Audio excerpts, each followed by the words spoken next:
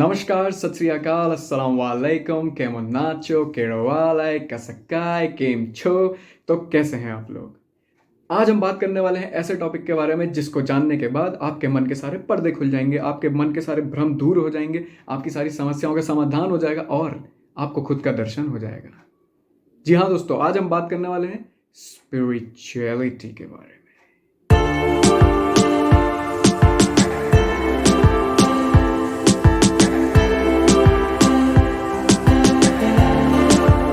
तो दोस्तों, जैसे मैं आपसे पूछूं कि पंचुअलिटी क्या है, तो आप बोलेंगे the act of being punctual.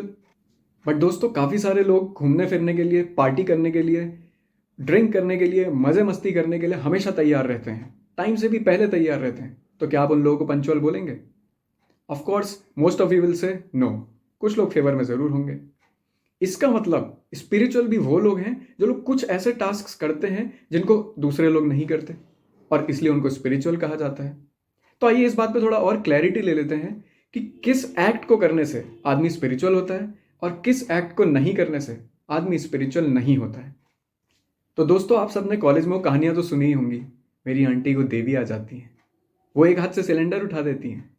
मेरे एक अंकल हैं जिनको देवता आते हैं, वो 100 किलोमीटर प्रति आवर की स्पीड से घूम जाते हैं, जलता हुआ दिया खा जाते हैं। यहाँ तक कि कुछ लोग तो ऐसे हैं जिन्होंने अंगारों पे नंगे पैर चलने को एक स्पिरिचुअल कल्चर बना रखा है, जस्ट लाइक दिस।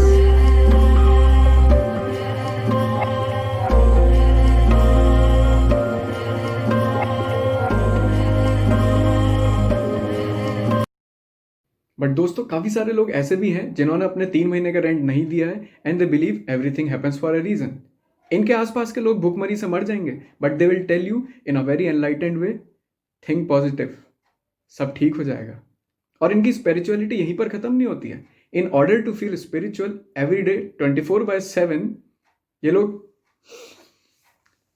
कुछ सस्ते नशे भी करते हैं। दोस्तों, ये सब स्पिरिचुअलिटी नहीं है। तो दोस्तों, स्पिरिचुअलिटी को हिंदी में कहा जाता है अध्यात्म। अध्यात्म का जो भी लेना देना है वो सब आपके इनर सेल्फ से है, उसका एक्सटर्नल वर्ड से ज़्यादा लेना देना नहीं है।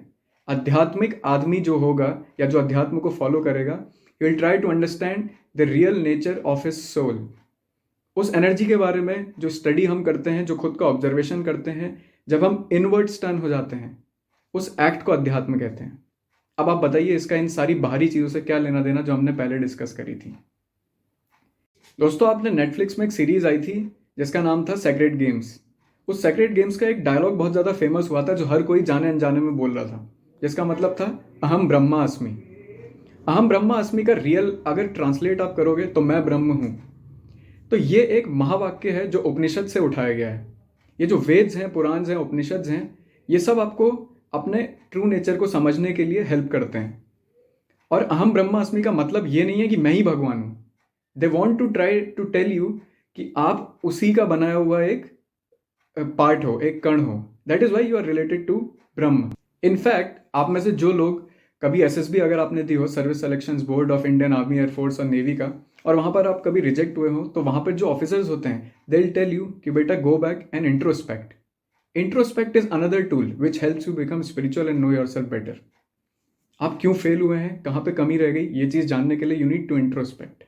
सो that also helps you to move towards spirituality. But again it is asking you to turn inwards, उसका बाहर से कोई लेना देना। तो दोस्तों, now since we are clear कि स्पिरिचुअलिटी क्या है and how it connects us with the higher self, we also need to think about कि ये चीज़ इतनी ट्रेंडिंग क्यों है। और ये आज से नहीं है, ये बहुत पुराने ज़माने से है।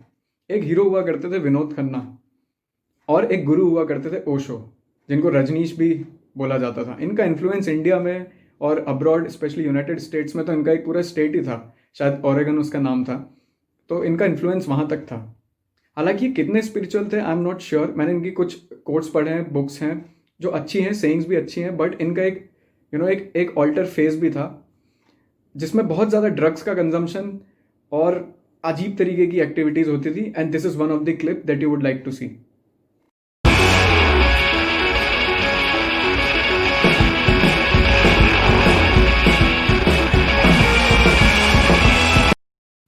तो दोस्तों, all of a sudden I started feeling very enlightened. मैं उसी सोल, उसी आत्मा की तरह फील कर रहा हूँ जिसके बारे में गीता में लिखा गया है कि ना ही बारिश इसको भिगा सकती है, ना ही हवा इसको सुखा सकती है, ना ही अग्नि इसको जला सकती है और ना ही शमशीर इसको काट सकती है। तो अगर आपको मेरा मैसेज पसंद आया है तो लाइक, सब्सक्राइब और शेयर ज़रूर करिएगा। और अगर आपकी भी कुछ प्रॉब्लम्स हैं तो ज़रूर शेयर करिएगा, हो सकता है कुछ सॉल्यूशन हमारे पास भी हो।